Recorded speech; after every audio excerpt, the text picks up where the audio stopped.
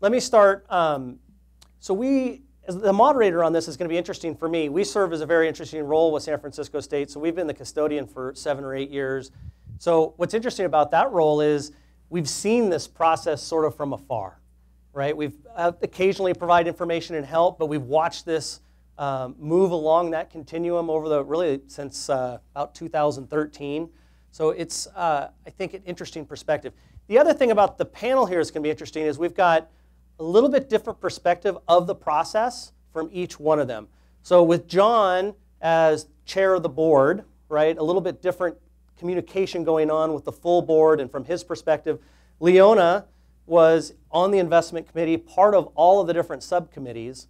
So really detailed knowledge in terms of the investment all the way up onto the board. And then Robert, from running the organization from a foundation perspective and having to deal with a lot more political stuff than everybody else and trying to bring all these different constituents together, I think it's going to be an interesting story to tell. Let me show a little bit. So the foundation's pretty interesting. It's about a $70 million foundation. It's been internally managed for the last decade or so. So it's been run in a way that I think has allowed some interesting conversations and, again, input from lots of different, I'd say, expertise throughout the industry, but not a specific consultant necessarily driving the process, which I think led to a little bit different result, and maybe in some respects a faster result for them. Let's talk a little bit about the history.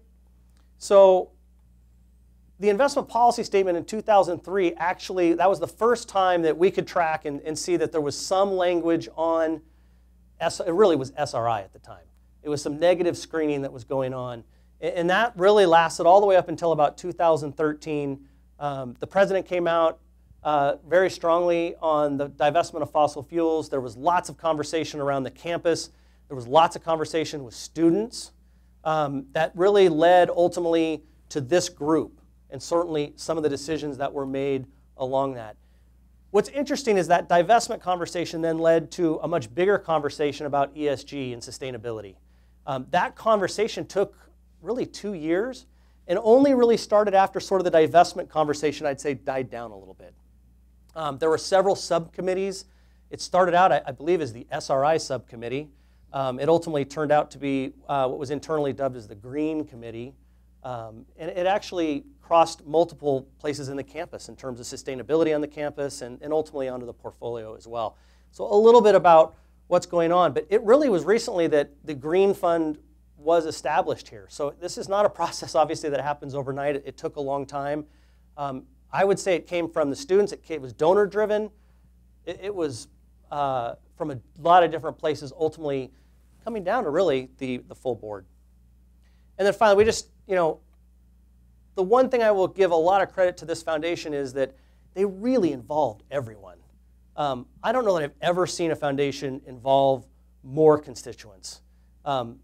Students were front and center, which I had never seen in a university setting, which I thought you could, and we'll talk a little bit about how they were handled. I thought it was handled beautifully. To the internal staff, to all the different people, again, associated with the organization. And we'll talk about some of the things that you guys did well and things that we may have wanted to change on that. So with that, I just wanted to start off, and Leona, I'm going to start with you. Talk a little bit about, again, sustainability, ESG. When did it first come to the Finance Committee? What was that initial process like? What did it look like from your perspective? Thanks, Brian. And I think you've done a great job with summarizing and giving an overall view of the approach. ESG, as it is today, I think we first started dealing with it in around 2010, because John was chair at that time. And it was one of the things that students had some contentions about, but it wasn't full force at that time. But in saying that, I think ESG is an important component of any investment strategy, overall strategy, whether it be an endowment, foundation, or if it's a U.S. pension fund. I think more and more people are engaged, they're doing their research, they're doing their homework, and they're holding us accountable as fiduciaries to understand the impact it has on the environment and this economy. And I play many roles in many different areas, and I see it more and more where people are coming to the forefront saying, you as a fiduciary need to do your research, understand the impact it may have on the environment and into our portfolios. And I think where the struggle is now for most asset managers, they're trying to understand the matrix around it, trying to meet the needs of endowments and institutions. And they're developing the research. It's not quite there yet, but they're having the conversations. They're trying to meet the needs. They're trying to understand every single aspect of this program, because I think in the end you can have a green fund, but if you don't have the correct screening and within that fund, you can still have problems with implementing a great portfolio that may be considered an ESG portfolio. ESG doesn't mean the same to every endowment fund. It doesn't mean the same to every particular portfolio. So I think in the end we had to articulate what we wanted to see in this portfolio, what type of screening that we needed to make a difference in the type of investing that the foundation would be accountable for, as well as a fiduciary, as well as meeting the needs of our constituents, which are the students, the donors, and all. But I think overall, it's so the key metrics is really having a partner, a consultant that you can work with to understand the needs, to understand the research that you need to have in front of you to make the prudent decisions as a fiduciary and as a board. Robert, same question to you in terms of running the organization. You know, where did you first see sort of the demand come from? Thanks, Brian. You know, back in the fall of 2012, I've shared this perspective with some colleagues in the audience, but I was actually, I received an email from a group of students, and it caught my attention because basically the email said, Robert, we're students in environmental sciences and other disciplines. We'd like to meet with you to talk about the foundation. And that was an interesting email because I thought, oh, students want to know about the foundation. Great. So I said, sure, let's have a meeting. So we scheduled a meeting. They came in, about 12 students. They had done their homework. They had great perspectives and basically said, Robert, we want to know about how the foundation operates, how you make your investments. And Robert, we don't want our money invested in dirty industries like carbon and et cetera. And I was like, wow, okay.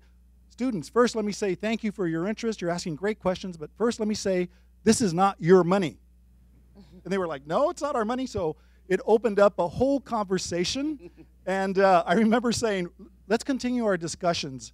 When the students left, I remember picking up the phone and calling our board chair, John Gumas, and saying, John, I just had a very interesting conversation with a group of really well-informed students, and here's what they're asking for. So that's what started this conversation. But I want to stop there because I want John and some of the others, Brian, to follow on the perspective. So John, from a board chair perspective, give us sort of where this bubbled up and how it progressed. You know, everyone in life, right? Is this on?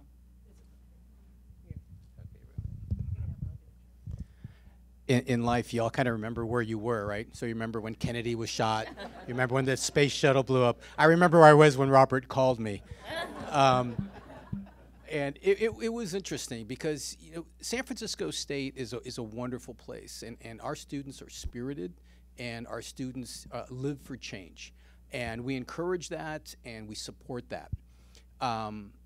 The challenge as a board is sometimes the students aren't realistic with the reality of change. And so what we had to do as a board, first of all, you know, our board was in a little bit of a I'm not gonna say panic, I'm not gonna say that, but it was, you know, we were moving along really well, doing things great, and all of a sudden the call. You have the catch in San Francisco, we have the call also now in San Francisco. The call came, and so now what do we do? So we had some board members that were concerned. We had some board members saying, well, no, we shouldn't do it because we're fiduciaries to generate the greatest amount of return for our endowment as possible. And we had some board members saying, well, you know what, maybe as San Francisco State, that is something that we should consider. So kind of moving forward, what we decided to do was to engage the students, involve the students, but at the same time, we could not allow the students to control the process. I think that was the key for our board. So going through this process of engaging the students so they feel they're involved, communicating with our donors, letting them know what we're doing and how this will impact, or you know, in the case of what we were saying, not impact their funds, and trying to get our board together. So what we did as a board is, instead of looking at this as a negative, we decided to look at this as a positive, because at the time we had an opportunity to be one of the first public universities to do this. So we decided to engage that, embrace that, and to celebrate that. And we set out to become the first university to divest. And so what we did is we started subcommittees, we engaged the donors, we engaged the students, but the whole time we controlled the process.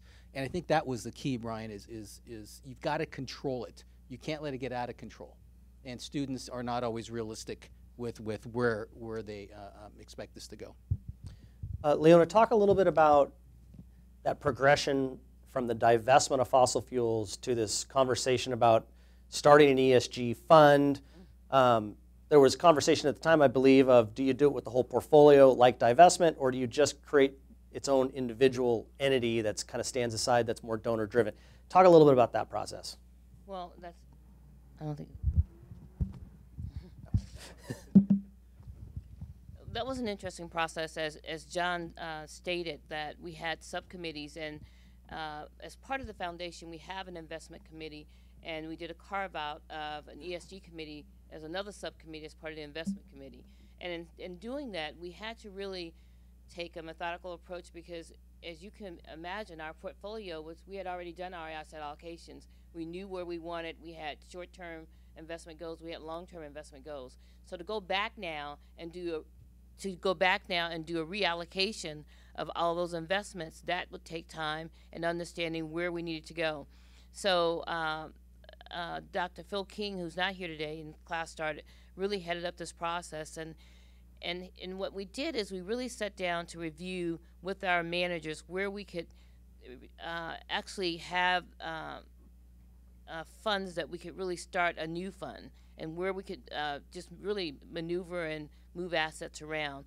And at the same time, we did the research and working with UBS and others to understand what the impact would be on the portfolio. At the end of the day, no one wants to lose money, right? And when you start moving assets around, the first thing you have to say is, what's going to be the impact to the portfolio? So in saying that, we had to make a really conscious decision on where that allocation would take place, and how we could carve out these funds, and if those funds would be sustainable over the short term and long term, and really satisfy the criteria. So first we had to kind of understand and write the criteria along with Brian and others, and then go back to the board for approval, because you can't make decisions in isolation as a subcommittee. So part of that was to develop the criteria, write the criteria, go back to the finance committee, and from there go back to the general board for approval, which John, Gumas, and all support that. Was part of supporting that decision, and John's support through this was important, because as board chair, he had to do all the heavy lifting at the end of the day and convincing the board that this was the right direction to go once the subcommittee had made their recommendations. But the recommendations came on the heel of much research done with UBS, in concert with UBS and others, and understanding the matrix and also the asset allocation goals that we had developed as a plan. Robert, talk a little bit. One of the major issues that I know you guys dealt with in terms of the finance committee was, okay, we want to do this ESG fund. Do we have donors that want it? And what was their sort of initial reaction to having that conversation? How hard was it to find donors that wanted to look at this? Did the whole population want to do it? How did you manage that process? Thanks, Brian. You know, from a stewardship perspective, we had a lot of conversation with our foundation directors about how do we communicate with our donors who have made these investments and established these endowments. So we started to reach out. But I do want to say that on our foundation board, we have 32 members. It's an outstanding board, great volunteers, and among our most generous donors in establishing endowments actually were board members. So it helped, you know, the conversation when we had key directors that were totally supportive of moving down this direction. So when we had several of our directors that said, I will gladly direct my funds into an ESG or a green fund, or I'd be glad to talk to other potential donors about what we're doing and why we're doing this and what the return on their investment is going to be. So the fact that we had such support among our foundation directors, and many of them who are the most generous donors to San Francisco State University and our foundation, really helped to facilitate that process. From a fundraising perspective for colleagues who are in advancement and do fundraising for their foundations, this allowed us, actually gave us a new opportunity to engage potential donors about supporting the university endowed professorships or programs and making that investment in a green fund or an SIR. It became actually an additional message point for us to engage prospective donors in supporting the institution and aligning their values with the institution and the foundation values. Just a quick follow-on to that. Just curious, how many times did donors reference performance? Was that a key driver of the questioning, or was it really, no, it was more just philosophical? It really was philosophical. And fortunately, over the last 4 or 5 years, as this audience knows, our returns have been pretty good. So that really wasn't so much the conversation. But we felt that it was important in terms of our disclosure to let the donors who had existing endowments know what we were doing and what the impacts were, but also prospective donors. Now, in the year ahead, who knows? With the market and what it's doing right now, that conversation may change. But we did not experience that. It was more, I think this is a good idea. They have confidence in our investment committee and our board, and they said, I think this is something that we should definitely be doing, and I want to be part of that. So we got a very positive response, Brian. Okay. Let me turn a little bit to the audience and see if there are any questions. Start kind of engaging the whole group a little bit more. So any questions for the group?